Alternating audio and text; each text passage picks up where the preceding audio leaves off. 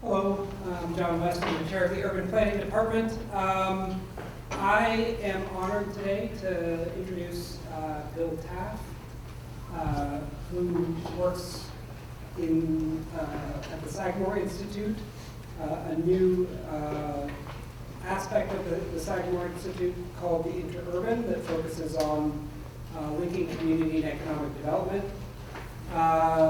Mr. Taft is a graduate of this program in the historic preservation degree and has worked for many years in community and economic development.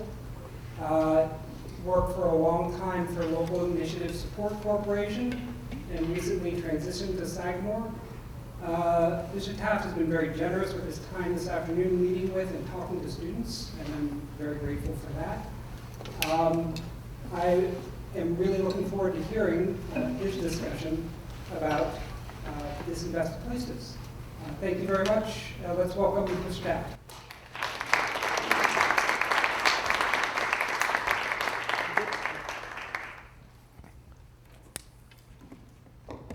All right. Well, it's an honor to be here, and it's bringing back old memories. I've got some pizza sauce on my shirt here that reminds me of all the pizza I ate in this building, and so it's good to be back. I think I remember from my time here that a lot of the speakers that came in and lectured were a lot of theoretical conversations as well as some very practical ones, and I'm definitely not going to have a theoretical talk here.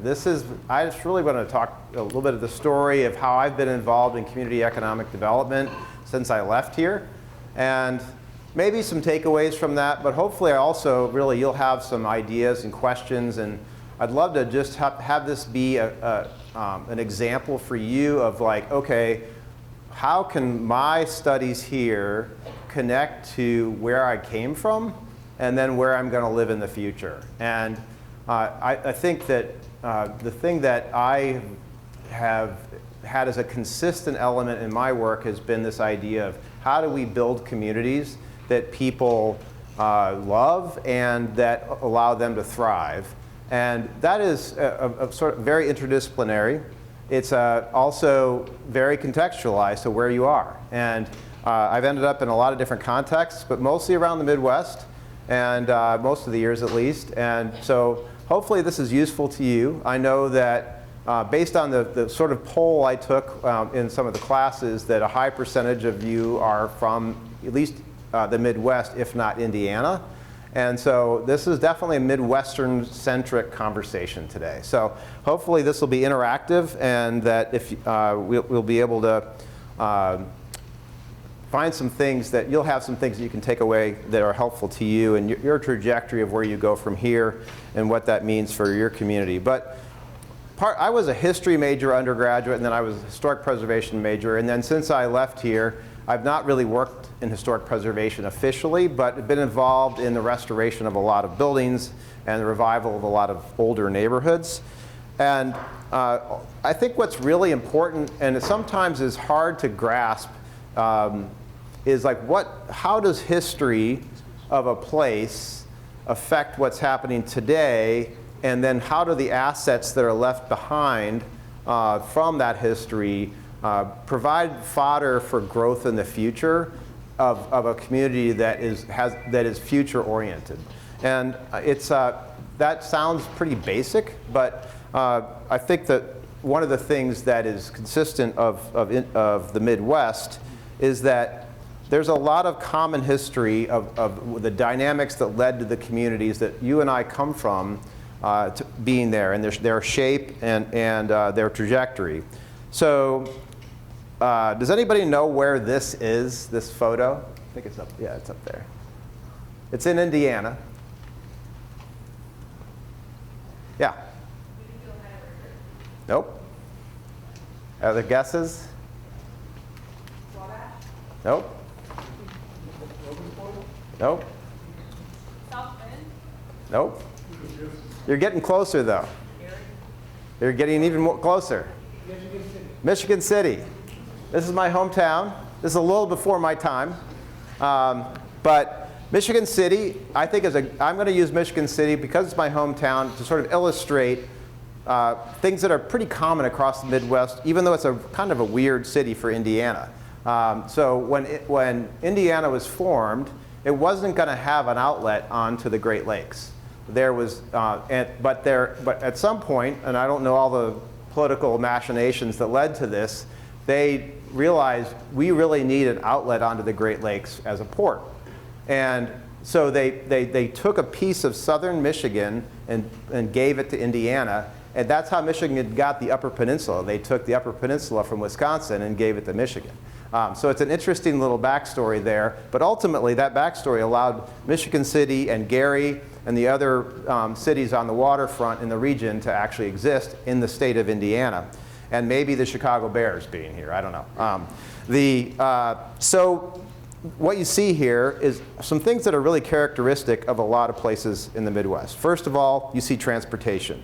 You've got a port. At this point, it was a lumber port where they were bringing lumber from clear cutting the upper Midwest and then bringing it down to Michigan City to be either put on trains or to be turned into mostly furniture.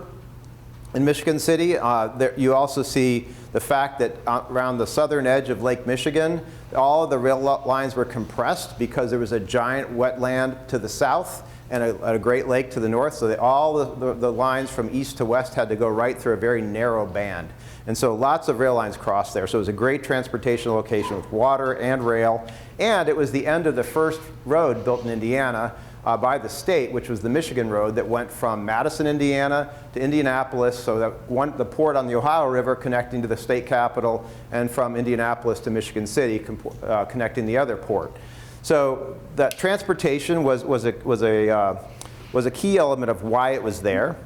And then what happened through that access to transportation was growing industry. So what you see in this bird's eye view are several little clusters of factories that grew up because of that transportation access. And then obviously around those, you see residential neighborhoods and ultimately a commercial downtown that was where the commerce that went along with the residents and the businesses there happened.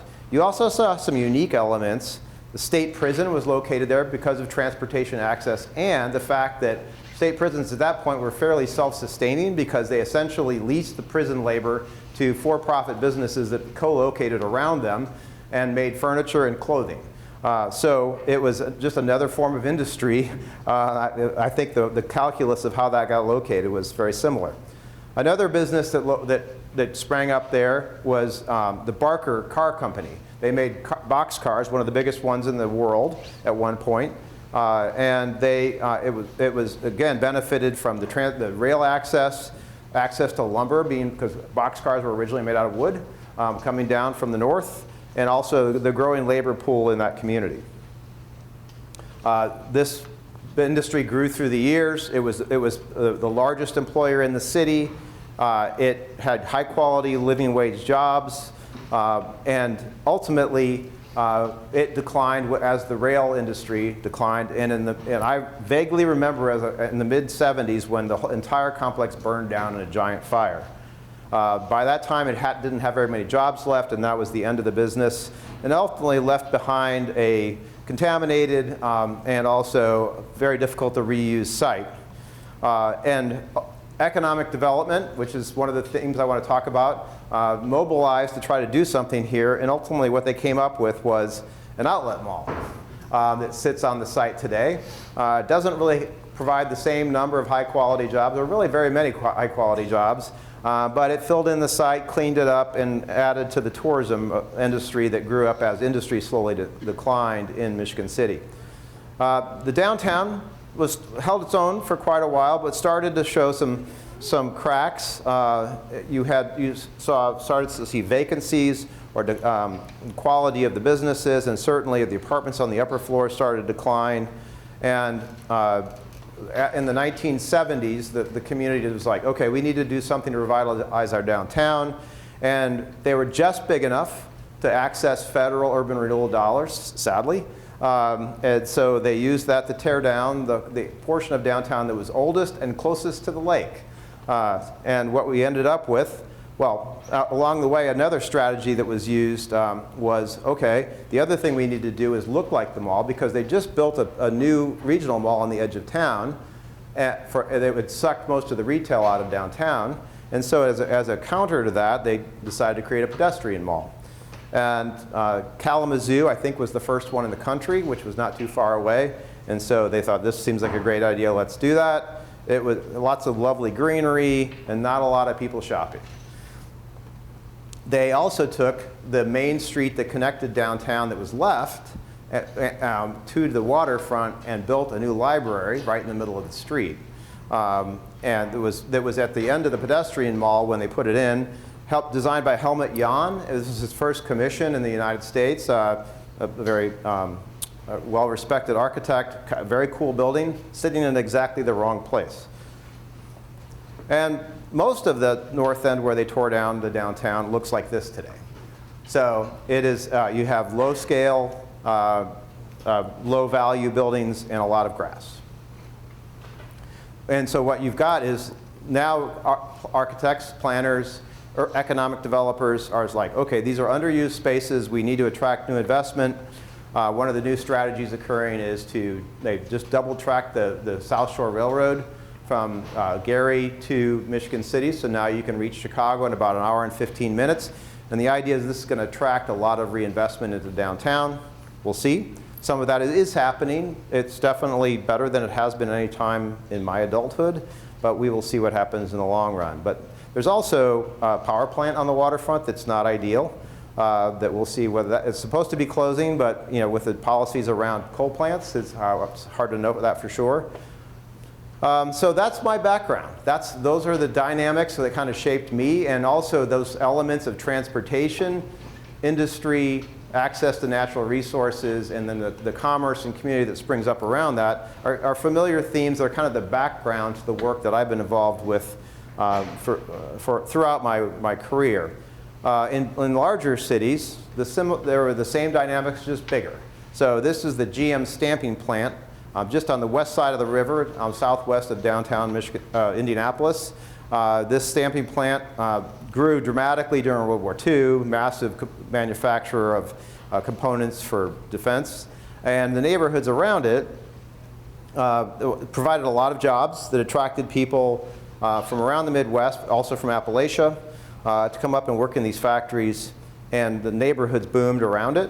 People were able to buy cars that had never owned cars before, and ultimately changed the trajectory of a lot of lives while those industries were booming as wages went up and people could make a living wage working in those factories. But ultimately, GM downsized. After the Great Recession, they abandoned this property. They tore it, most of it was torn down. Ultimately, all of it was torn down. And what you were left with was a large piece of vacant land on the river overlooking downtown Indianapolis. This is, this ultimately became an economic development challenge. It's environmentally contaminated, very large piece of property. Neighborhoods around it that hadn't had the sustenance of these living wage jobs for now a generation, and had mostly become more concentrated poverty in those neighborhoods. And the solution that ultimately has occurred is building Dow Elanco's new headquarters there on a very small portion of that site, and maybe in the future some more office buildings. And this is reflective of what's happened in Indianapolis as deindustrialization happened. And ultimately, deindustrialization is kind of the big turning point, I would say, that is both in the neighborhoods I've dealt with, but also I think where many of you come from. What happened in Indianapolis in the 1980s was the city lost 30,000 manufacturing jobs in 1 decade. And Indianapolis is not that big a city to absorb that kind of loss, and particularly who lost those jobs was really important. These are typically people who did not have college educations. And what happened was the city has now more than replaced those jobs, but they're half professional jobs that have replaced those. So you have to have a college education typically to be in those positions. And the other half became service jobs that were not living wage generally. And so a lot of families that had not had opportunities of college education slid into poverty because they only had access to service jobs. And so economic development going forward is best at sort of filling that gap of how do we attract and grow more professional jobs and bring those back to these disinvested places. And also nearby is a stadium with a lot of service jobs and certainly restaurants, et cetera, with service jobs. And that kind of illustrates what's the response has been to this deindustrialization. And as I said, this loss of 30,000 living wage manufacturing jobs had a very negative impact on neighborhoods, which we'll talk about in a minute. The other thing that happened was by then, the automobile had fully arrived, and Indianapolis went all in on the car and tore down a significant percentage of its downtown to build parking lots, as well as whole neighborhoods to build an interstate system that ran through downtown. And this, I think it's easy to forget the impact of the construction of the interstate system in big cities. But literally, I worked in Fountain Square, which I'll talk about here in a bit, but that neighborhood spent 15 years from when they started talking about the interstate to when it was built. And that 15 years was a time of disinvestment. You think about if you live in a neighborhood or you own a business in a neighborhood and you hear that the interstate is going to come through, you're not sure exactly where it's going to go. Eventually they announce a path. Is my house going to be across the line where they buy it and tear it down, or am I going to be right next to an interstate? And then they buy up the houses and they sit vacant for like a year or two. It's a no man's land with nobody maintaining the properties, squatters, fires. That is right through the center of a neighborhood. And ultimately, what you see is this kind of like desolation right next to even historic neighborhoods. This is in the old North Side as the interstate was being built. And the long-term impact of all these things left urban neighborhoods that were extremely disinvested. So I started out in the world of historic preservation, moved into community economic development, and ultimately have spent a lot of time in economic development as well. And what I've seen is that the responses of economic development to these challenges are not, it's the wrong tools for the particular challenge in many cases.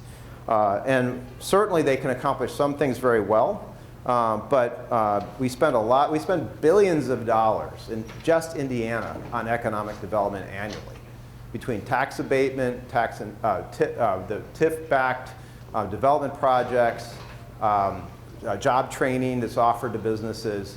And it happens at the state level, the county level, the local level. And when you layer all these together, it's a tremendous amount of funding. And what tends to happen are these really large super projects that, so this is the LEAP district that's between Indianapolis and Lafayette. That is a massive project. The state bought a lot of property, putting infrastructure in. It creates a lot of opportunities for architects and engineers, but it doesn't really address the issues that came out of deindustrialization. It creates white-collar jobs and service jobs, but again, what about the gap that at one point manufacturing filled as far as lifting people out of poverty, providing a living wage? So I think now we are at a time, and all you have to do is read the headlines about the Indiana legislature, where there's a lot of second guessing of these big economic plays. The question is, what's the alternative though? And I feel like the alternative is actually looking at communities as communities and drawing resources from the world of community development, blending them with the far better funded resources of economic development, and to advance the improvement of quality of life in communities. There are a couple, just look, Ed Glazer, Dr. Michael Hicks here from Ball State. Both are people who have, and there are many others, are a growing number of voices saying improving quality of life is the best economic development strategy you can have, as opposed to some of these other big stake gambles on major investment projects that require tremendous amounts of subsidy and benefit a limited number of people. So, if quality of life is economic development, I thought it'd be helpful to talk to you about just my path in the world of working on improving quality of life in disinvested places. So after I left Ball State, I spent 2 years as a Main Street manager in Richmond, Indiana, and then ended up realizing I don't think I'm going to be a Main Street manager for the rest of my life, and got interested in community development corporations, which were still kind of a new concept. This would have been in the early 90s, at least a new concept in the Midwest. And I got very interested in this idea of how could I work for a community development corporation and focus on the physical revitalization as well as the social revitalization in a disinvested urban neighborhood. And so I was able to get a job as the executive director of what became Southeast Neighborhood Development in the Fountain Square neighborhood in '91, and spent 14 years working in that community. During that time period, what I learned was just the methods, the art, the process of incremental transformation. We'd never had large amounts of money. There was never a big publicly funded initiative, but we were able to slowly build a community consensus of a direction of renewal and find pieces of resources and partners to advance that. Fountain Square was one of those neighborhoods. It was heavily impacted by the interstate construction. Thousands of houses, hundreds of businesses were demolished to build the southeast side of the inner loop. But then since then, there's about 30 years of community revitalization work that has happened, again, without any really big players involved, but more community-driven work and then individuals. One of the things that's unique about that neighborhood is it has a commercial district at the center, which is kind of unusual in Indianapolis, at least today, where most of those were demolished through the years. And so that became a center of the assets that we built on. And also, it's the neighborhood that did the first quality of life plan in Indianapolis based on some work that we saw in the Mon Valley in Pennsylvania.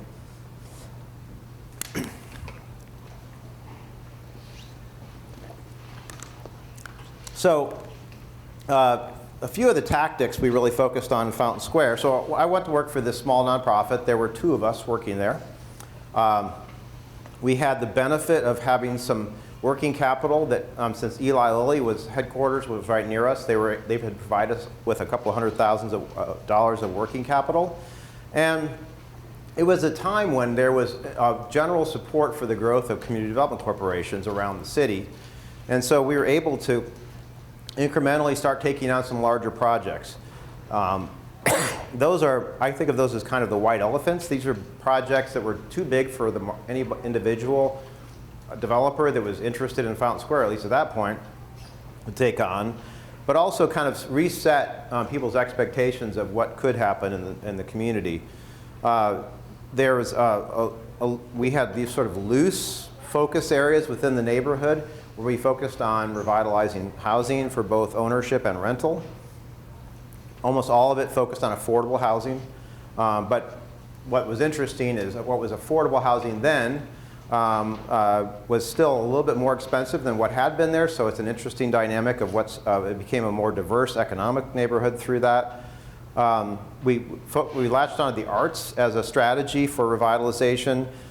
Arts is something that can change an image of a neighborhood very quickly. It also can celebrate some of the history of that community and make it a distinct place.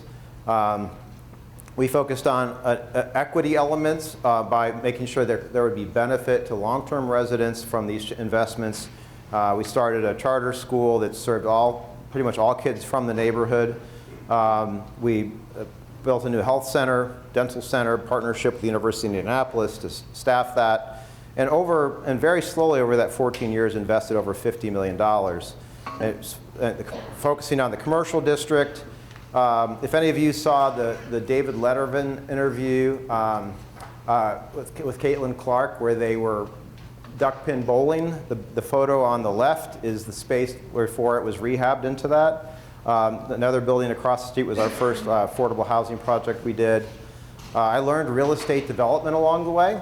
Because there was investment going into community development, I was funded to go through real estate development training, especially focused on affordable housing, and was able to start doing things like low-income housing tax credit projects. At the same time, a lot of smaller projects. We bought the old G.C. Murphy building out of bankruptcy, found some entrepreneurs that wanted to do arts-related businesses there, sold it to them on contract. A couple of iterations later, it's still going strong. And through the arts emphasis, we were able to change people's perspective on the commercial district. We also focused on some other, turning other blighted buildings into affordable housing. This is the Briggs Flats apartments. A lot of, like I said, over 150 houses that we rehabbed, a few new construction, but mostly rehab in the neighborhood. We converted a vacant factory building into live-work affordable lofts and also studio space for a nearby university, art classes. We, as I said, built a health center, a federally qualified health center, and also started a school that serves kids from the neighborhood. When we started asking people about education and the future for kids from the community, they were like, the schools, they're already behind by the time they get to middle school. So what can we do about that? Focused on a K-8 school in the neighborhood. And also did things like we're able to attract the extension of the cultural trail down to Fountain Square. If you look at the photo on the right, there's a leg that goes out, and and I'm not sure if you ever noticed it, but it's really the only long extension off of the cultural trail. And the interstate, because of where it was built, has always been a big separation between Fountain Square and downtown, and this really healed that in a lot of ways. And from that, I really felt like there's some basic principles that I picked up through this work. One is there's got to be constant engagement of the community and the various residents, other stakeholders in the community. You have to align resources. There's not going to be a big pot of new money. It's about aligning resources behind a few key strategies, reinforcing unique assets that are there. What's special about the community? How do you build on that? Invest in different kinds of infrastructure, certainly some physical, but mostly about organizations and relationship networks and people who are supporting each other in the work. And then ultimately integrating economic development into the work as a key part of creating jobs, creating dynamism from economic development.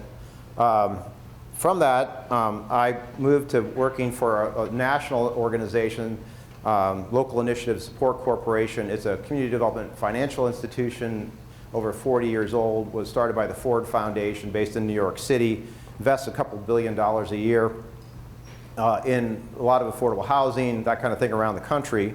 But what I did was I led that office for 12 years. And what we really focused on was this idea of how do we support the priorities of places like what we worked on in Fountain Square, but other communities around the city. And some places it went well, and some places it did not.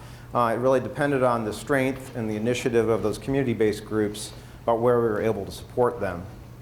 But Fountain Square, the Legacy Initiative on the Near East Side, reinvestment at Central State, reinvestment in the commercial district of Irvington, supporting some of the charter schools like Heron High School and their facilities, early investment in Riverside, Centers for Working Families, which is a network of income and asset development, nonprofits and communities in very low-income neighborhoods around the city. All that was through LISC. But one of the things that brought all this together was this idea of how do we help a community set some goals together with many different organizations coming together at the neighborhood level, but identify some shared goals that then they can get outside support to help them move forward. And quality of life plans became the framework for doing that. We were able to work with the city of Indianapolis. The mayor got behind the idea and promoted what we called the Great Indy Neighborhoods Initiative. The most high profile of these was the Near East Side. The Near East Side had right before the Great Recession in the mid-90s, had the highest concentrated foreclosure rate in the country. And lots of disinvestment. It had lost large manufacturers like RCA, some other big manufacturers had left that neighborhood and had triggered a lot of disinvestment over a whole generation. And ultimately, that neighborhood came together, created a quality of life plan, integrated both physical development and opportunities for individuals into their plan. And then we were able to have that plan become a magnet to attract the Super Bowl Legacy Initiative. And so when Indianapolis was gearing up to host the 2012 Super Bowl, the people who are leading the bid for that, you have to bid to host the Super Bowl with the NFL owners. They were looking for some kind of legacy project of us hosting, because you have to raise a lot of money locally to host the Super Bowl. And they wanted some leave behind that people could be buying into. So I pitched the idea that why don't you adopt one of these quality of life plans? And Mark Miles, who was chairing that bid committee, turns out his grandparents had lived on the Near East Side. He had a heart for that neighborhood and said, I would love to get behind this. And within a week, it got incorporated into the bid. And ultimately, once they launched the host committee, the first people they hired were placed at the John Bonner Center, which is the community center on the Near East Side, and spent 3 years working with the community-based organizations to bring volunteers that were excited about the Super Bowl into helping them implement goals from their quality of life plan. And so it resulted in 290 units of housing being improved or built, 2,600 people going through the Center for Working Families, 25 businesses recruited to the neighborhood, about 600 students connected to community resources, and ultimately a community-based school developing out of that. Urban farming, green alleyways, a variety of other things. And all these things were focused on one part of the community, or a section of the community that was very disinvested, called St. Clair Place. There was capital investment through a housing TIF created there. There was, as I said, this Center for Working Families, or Family Income and Wealth Building Center at the Bonner Center, as well as a homeownership incubator built as part of that. Economic development investments on 10th Street, and education, as I said, as well. And then also a new health center was attracted, that was built, another federally qualified health center built there as well. This volunteers from all over the region, because they were excited about hosting the Super Bowl, came in and pitched into a variety of events. Streetscape was improved on 10th Street. As I said, a lot of houses renovated or built in St. Clair Place, affordable housing for seniors, mixed income housing with a church-based CDC that kind of grew during this time and has now become Englewood CDC, a very accomplished community development corporation. And Chase Bank, getting behind with millions of dollars behind creation of a recreation center at Tech High School, because there's no YMCA or Boys and Girls Club or anything like that in the neighborhood.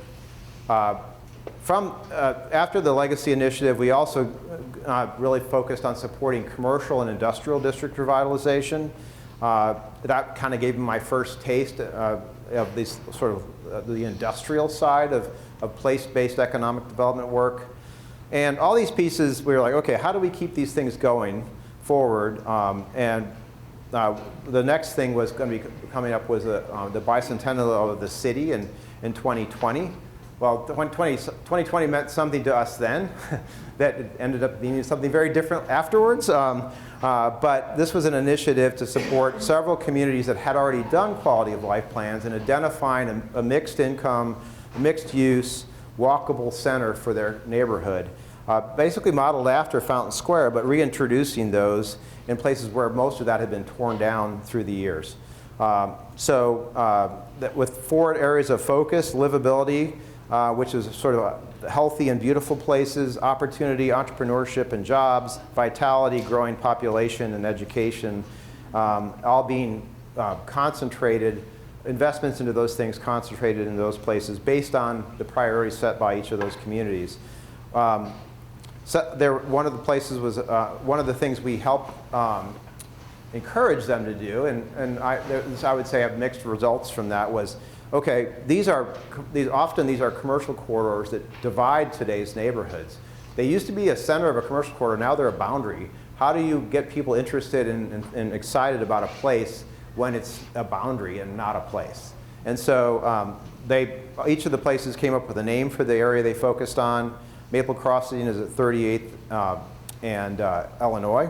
Meridian, that area. And we provided urban design assistance to them, as well as broader, more non-physical ideas for development. This is the one at Englewood Village on the Near East Side, and there were several other ones as well. I would say some of these had some impacts, and a lot of it did not. Part of that was the pandemic, and part of that was the fact that then I took a different job at that point and went to work for National LISC, and I led our national economic development programs for several years. What we developed at the national level was this idea of how do we bring economic development and community development together, help local offices in the 38 cities around the country where LISC worked to have a local strategy to support that kind of work. That brought together the people side of workforce training, asset building for individual families, marketplaces about the commercial district or industrial districts, and then small businesses, supporting entrepreneurship from these communities, and ideally kind of bringing these things together in the same place. So we developed a business development organization network of 145 organizations serving entrepreneurs, primarily entrepreneurs of color in urban neighborhoods around the country. We developed a program to harness the efforts of anchor institutions, or universities, hospitals, major religious organizations to invest in their neighborhoods and partner in this work. During the pandemic, we did a lot of grants to $270 million in the form of 26,000 grants made remotely to small businesses to keep them open during the pandemic, all done without ever seeing them face to face, which was quite a task technically. And also developed support for programs around our network that we're training emerging developers, typically developers of color from communities. One of the challenges always in community development was who builds the things that are financed, the affordable housing, the commercial projects, the health centers. And if it's not people from the communities we're working with, those profits go out of the neighborhood. Is there a way to raise up more developers from the communities we're working in, support them through training, access to capital, peer support, and there's these places like Milwaukee have really done a great job of developing what they call the ACRE program there, but there's examples of these around the country. In Indiana, there's a really great example in South Bend where this is happening. So again, all these pieces, the idea was to land these in specific communities and help the communities lead what that looked like specifically there. We developed a framework called community-centered economic inclusion that we piloted with the Brookings Institution in 3 urban areas: South LA, the Far East side of Indianapolis, and North Philadelphia, as part of a learning lab, and the lessons from the learning lab led to the creation of a playbook and a series of information we put out from that. And now there's about 25 districts around the country that are using this approach. Then folks were like, well, can you do this in small towns? And so we ended up working with IEDC, the State Economic Development Agency here in Indiana, to do a learning lab with Brookings again in 3 cities in Indiana. My hometown, Michigan City, was one of those, as well as Warsaw and Seymour. And with the idea of disinvested places in the community, how do we help them identify how the economic opportunities for that place intersect with the growing regional opportunities economically, and then strategies to close that gap. I would say it has been impactful in Michigan City. It's starting to show some good impact in Warsaw. Seymour selected a neighborhood that was primarily Latino, and it got completely subsumed into the anti-immigration conversations of that community that's been really terrible. And so we learned a lot of things, and it's been an interesting mix. And so was my experience with National LISC. All along the way, I was also involved in some real estate development. I learned real estate development when I was a CDC director, and along the way, I was like, okay, what about people who aren't quite low income enough to buy houses from a community development corporation, but are interested in living in the same neighborhoods? Who's renovating houses for them? So we formed an social impact corporation, and we, over the years, called Full Circle Development, that bought, rehabbed, or built new houses on properties that were typically tax foreclosed properties that went through the land bank. Since we started this in 2013, we touched about 70 homes. And these are sold typically to, I would say, people who are about that median income and are interested, like teachers, restaurant workers, folks like that are buying these houses, a lot of single parents in these neighborhoods that are introducing home ownership into neighborhoods that had lost a lot of homeowners. Finally, through the years of this work, I've landed, as you heard earlier, at Sagamore Institute with Interurban. And Interurban is not the train system that used to connect cities in Indiana, but it's kind of inspiring to think about the high-tech connectivity and the fact that was capitalized through local fundraising, investment rather, in Indiana as that network was built out, that we can help other communities figure out how to use the assets of their community and then turn those into a strategy and the capacity to revitalize their underinvested places. This is at Sagamore. There are a couple of other programs that we are working closely with. One is Renewing Cities, which are 10 communities that have raised multiple millions of dollars from local foundations to purchase and revitalize downtown buildings in courthouse squares typically. And then also the Goldsmith Prize, which is linking mayors that want to bring innovation to some capacity in their organization and want to link to a graduate student for a year to help them do that. So what we do at Interurban is, as I said, some direct community development work where we engage with community-based organizations or in some cases local governments, help them develop strategies, analyze their assets and their opportunities and challenges, and then also build organizations that can implement that. Most small cities in Indiana don't have the ability to support a community development corporation, but they all have economic development groups that are funded by county government, typically, or sometimes local city government in larger places as well. And the challenges they're taking on, like housing, childcare, et cetera, are challenges that are really could be, there's experience in community development they can borrow from. And so retrofitting those organizations to have the skill set to do community development type work is really what we're doing. And then from that, the idea is we'll have lessons that we'll learn that we'll more broadly share sort of on the think tank side of what Sagamore is.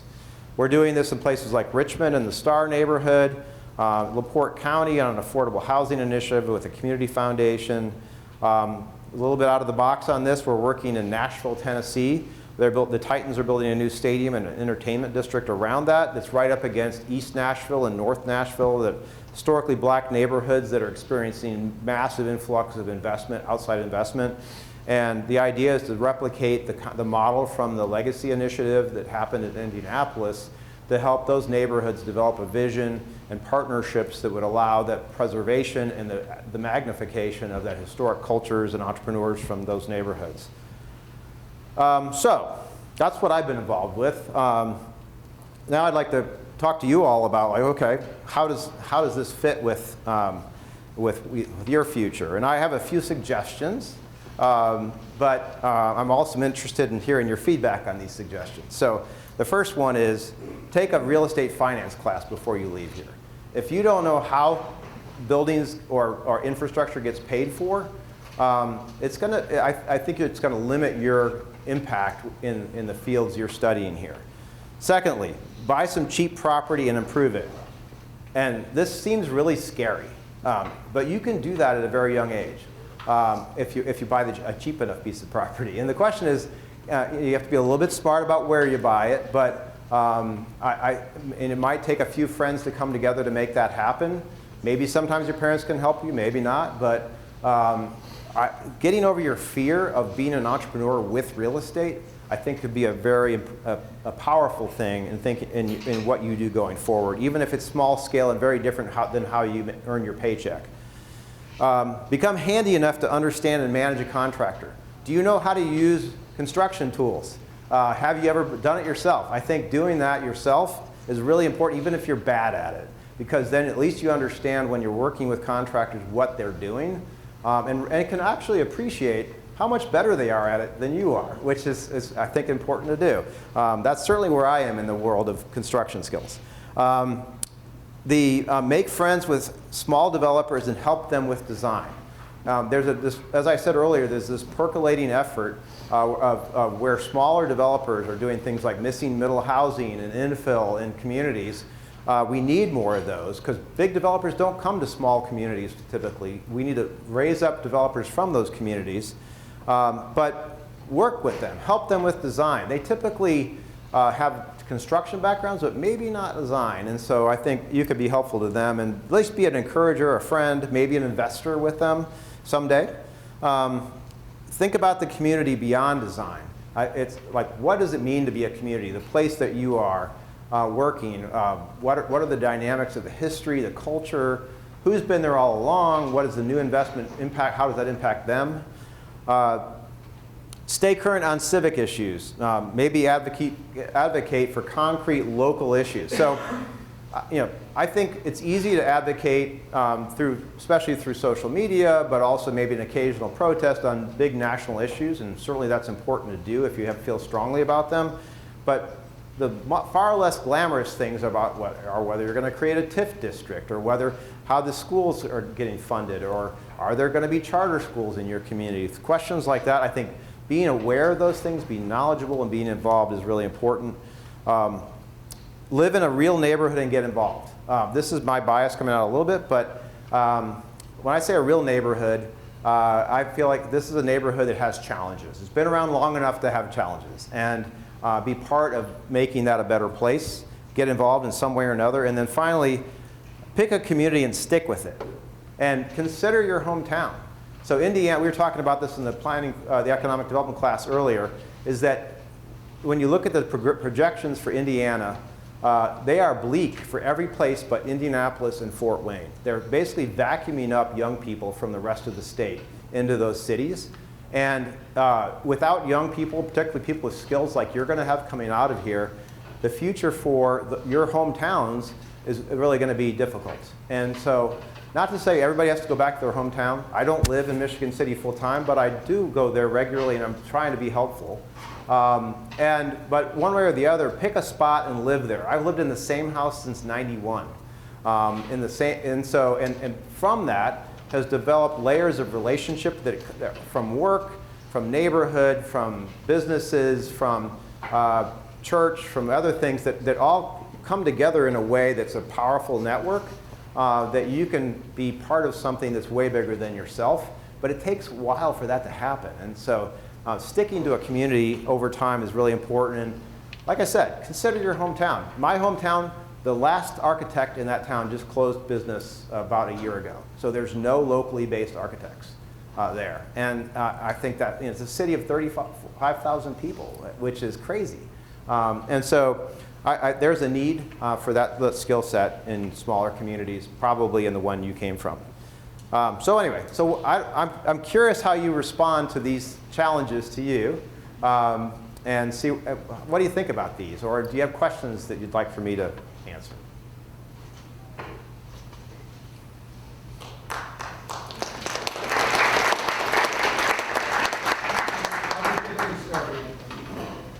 Bill, could you speak a little bit about the challenges around small developers? These communities, at least the ones that I'm working in, they want these monolithic mixed-use projects, and we obviously need smaller developments. We need incremental development. Could you speak a little bit to that? Yeah. So real estate development is it builds on a lot of skills that people have, but they often don't have the full package of them, and that's frightening too, because there's a whole risk element built into that. And so if you're a contractor, you might know how to physically rehab a building, but you don't know the finance side. That's really scary. And especially if you don't have a lot of capital. And so you're going to have to put some of your capital at risk in order to pull that off, or just navigate a system of how do you even go to commercial bank loan to do real estate development and manage that. So that's what you find is nobody's going to become a real estate developer that doesn't know anything about the construction industry or development industry. They usually have pieces, but they don't have the full package. So how do you help people fill in the missing pieces? Through training, through peer mentorship. Certainly access to capital is one of the harder ones. Like, people that have the skills may not come from a family, and usually people that are in real estate development come from money. Because you cannot just borrow money and do real estate development. You have to have equity, and especially at the beginning.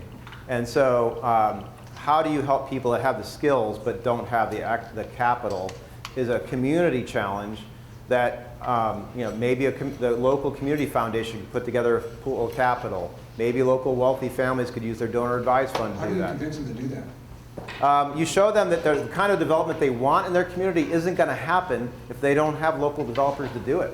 And so it's good that if they want their community to be what it could be, they need developers, and they need a hand up. Hey, I'm Nathan Snow, I'm in economics. My question for you is, how many of these projects that you've been a part of are long-run sustainable? And what I mean by long-run sustainable is that the total tax base for the community is greater than the expenditure on public goods for that community. Yeah. So that there's no outside money flowing in. So I think about places like Fountain Square. There was very little tax revenue coming out of that neighborhood at the beginning. There's a lot more now. There were very few jobs in that neighborhood. There's a lot of jobs now. There are a lot of houses sitting in what were vacant lots that are paying taxes now. So I feel very comfortable saying that was a very, and frankly, it was very little public money that went into that project.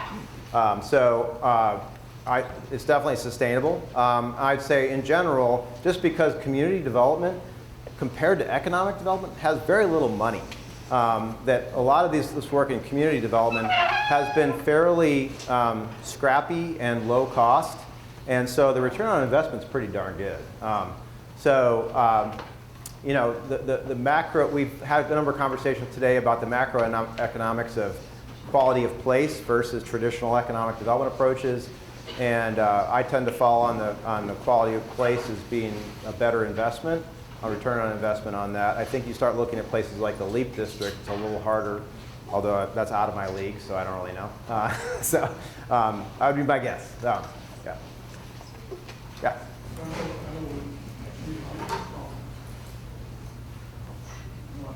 Give students the opportunity to ask a question, but I'm listening to your response to both of these. And what we talked about around here quite a bit in our social environmental justice programs, from the High Line in New York to Fall Creek Place to Fountain Square to now around CCI on Massachusetts, we're seeing infills going in at $500,000 to $600,000 next to a house that has a residual land value of $21,000 or $50,000. People are being taxed out. And I'm just wondering if gentrification is just inevitable. It's one thing to talk about gentrification and gentrification. If we improve the quality of life, then here they come. Mm-hmm. All of a sudden, there's resources for street improvements. Yeah. What we saw around the Bomber Center slide that showed, street improvements. Everything is in place now. The pioneers have lived their life, and now it's time for the settlers to come in. And people are just taxed out because if I'm next to a $570,000 house, my taxes are inevitably going to go up. Yeah. It seems like we have resources for corporate tax abatements, but not for the residents who live in these places. And I'm wondering, how do you respond? How does this even actually deal with this, or any of the organizations you've been associated with? So I have two answers to that. One is the gentrification conversation is very different from place to place. And so on the coasts where LISC works in places like New York and LA, there is true displacement from economic displacement through gentrification happening in many neighborhoods. I would argue in the Midwest there's very few. And there's far more neighborhoods declining and having increases in concentrated poverty than there are in ones that are gentrifying. Indianapolis, if Indianapolis does not attract middle-class people to live in Center Township, it is in big trouble because the townships around that, I don't see attracting new investment for the next generation in significant numbers. So it just isn't a product that anybody wants that has a choice.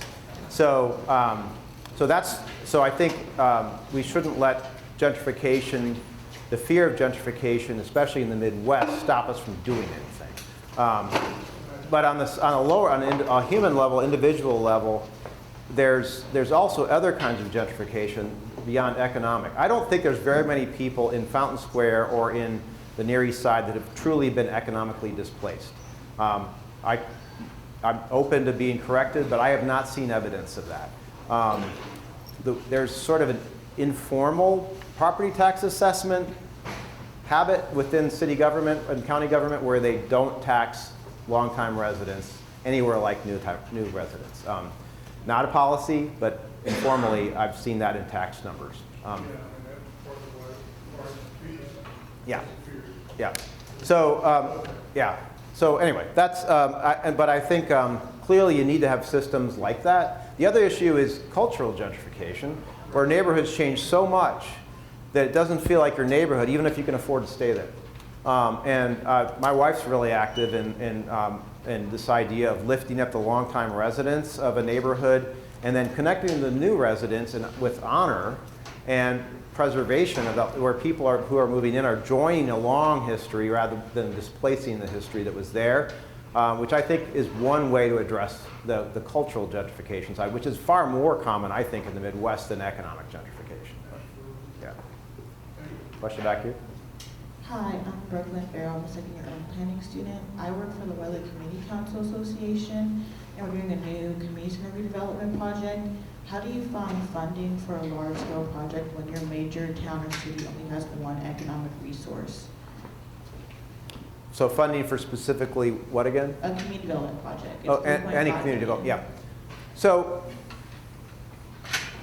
funding for community development projects, I think, is the hardest part is the beginning part before you actually get the funding, and that is having a concept that is solid and well thought out and having the control of the real estate and the right team involved in making it happen that can demonstrate the capacity to pull it off. If you can do that, it's a lot easier to find the funding. I'd say also it's important to have partnerships with people that have more experience doing similar things often. That helps you have that credibility. But honestly, I feel like if you have those pieces in place, there are funds out there. Not as much as you want. Every project I've worked on, we had to cut the budget back from what we wanted to. But in the end, we're able to pull it off. And it's usually a mix of local funding and foundations and nonprofits and tax credits, and it depends on the kind of project you're doing. But yeah, I mean, Indiana has one of the top 3 foundations in the world based here. There's a lot of money in the system. It just doesn't get where we want it to often. And so like working the system to bring it to your project is really about relationship networks and tapping into people who've done something similar before. That would be some broad ideas. All right.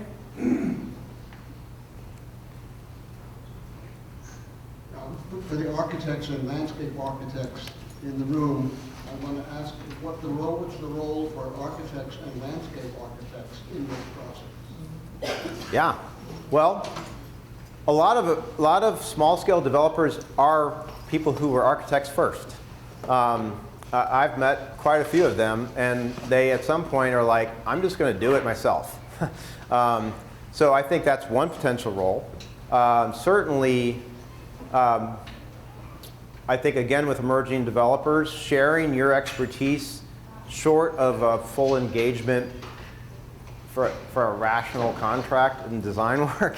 I mean, in other words, these are small projects that are probably not going to be profitable from a design standpoint, but getting involved with developers when they're doing something small, A, can give you good experience, and B, can help improve the community and build network relationships that can ultimately lead to some larger things too, but in the end, make your community better. But I do think landscape architects and architects are they learn, after you've been in the business for a while, you know a lot about the real estate development process and can be a player in moving these things forward as a knowledgeable person, whether it's as a neighborhood resident who is involved as an advocate for your community through things like advocacy around zoning issues, that kind of thing, or whether it's working with developers, or being the person that when a developer comes in and is trying to sell a bad project, you're able to see that it's a bad project and say, I asked hard questions that might reveal that to everybody else. So those are just some ideas. I've seen architects do that in Indianapolis. Any other, do students have any questions? Anyone else want to ask a question? I will just take this as a moment to say that there are properties that sell in Muncie for under $5,000 all day long. Yep. If you are interested in doing this, you could talk to the Muncie Land Bank, you can talk to me. We have had students from this program purchase very inexpensive properties here and rehab them. That is something that you can do. John, do you want to say anything about the real estate courses as well? Oh yeah, we also have the real estate development minor, both for the minor at the undergraduate level and the certificate at the graduate level. We have had quite a few students come out and do this kind of small-scale development. But I really would like to hear from you. I mean, I guess a question that I have for you, given that you all live in Indiana where property values are so low and there are opportunities to engage in this way, what are things that hold you back? What are things that made you think that this is not something that I could engage in? All right.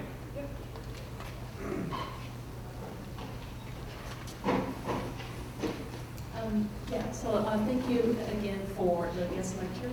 And I guess I have this follow-up question. So how often do those projects scale up? Given it, from the sense of like scale up, like say they kind of start to run a business that expand their renovation across the region, or do they just like stick with their own property? Yeah. It's probably somewhat similar to any other kind of business where a small business that starts out, what percentage grow into bigger business, medium-sized business? It's a fairly small percentage, I would say. I mean, small developers, most of them are never going to be big developers, but some will. And if all you need in your community, if you're in a smaller community especially, is one or two local developers that are doing good projects, and it makes a huge difference. Chuck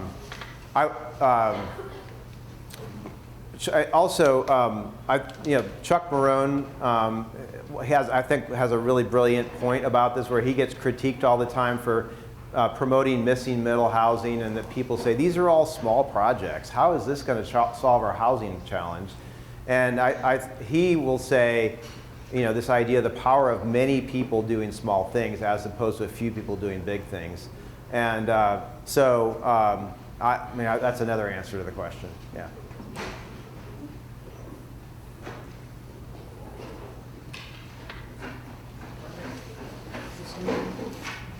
Here we go.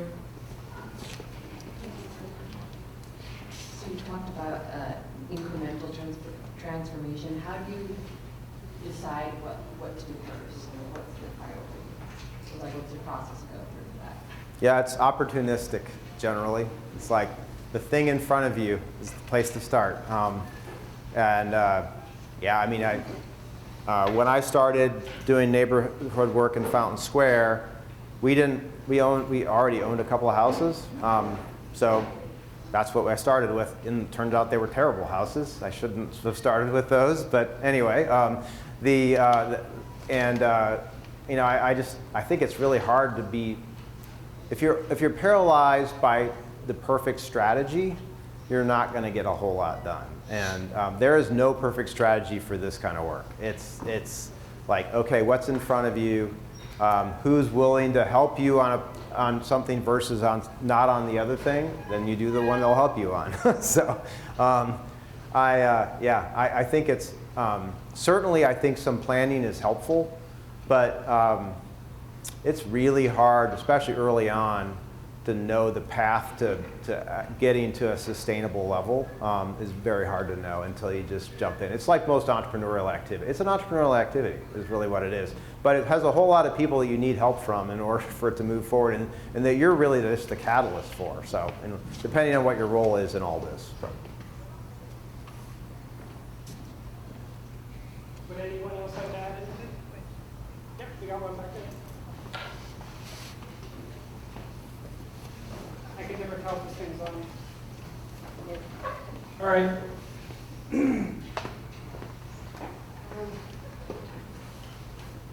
Touched upon it briefly, but what's the importance of providing mobility options, especially at 9 Fountain Square, with the prominence of the cultural trail, the red line, walkability, diversity of uses, things of that kind, when you enter into these communities? Yeah, it's a great question, especially in the Midwest. I feel like it's a very chicken and egg conversation of like, well, we can't have transit because we don't have density, and we can't have density because we don't have transit. And you kind of have to work on both. And so Great Places 2020, actually one of the big impetuses for that initiative was all of those were on a new transit line, a rapid transit line, a BRT line. And so the idea was we're going to support a vision that's a denser vision for these key nodes along the bus rapid transit lines to help them be more successful. And we'd also been involved in organizing advocacy to vote for the funding to build the BRT system. So, you know, I think it's, and I would say we've lost some steam in Indianapolis around that, both the transit side and the development side above density at those key stops. But we've definitely made some progress. So, you know, I think both sides have, I mean, the quality of the transit has to be maintained. And Indianapolis's transit system is still not, the BRT is supposed to just be a backbone of a lot more short haul bus lines that still haven't really been put in place. So it doesn't work like it's supposed to. But yeah, I mean, that is one of the more, okay, in my lifetime, hopefully we'll make some progress kind of conversations versus some of these other things that you can see real progress in a few years.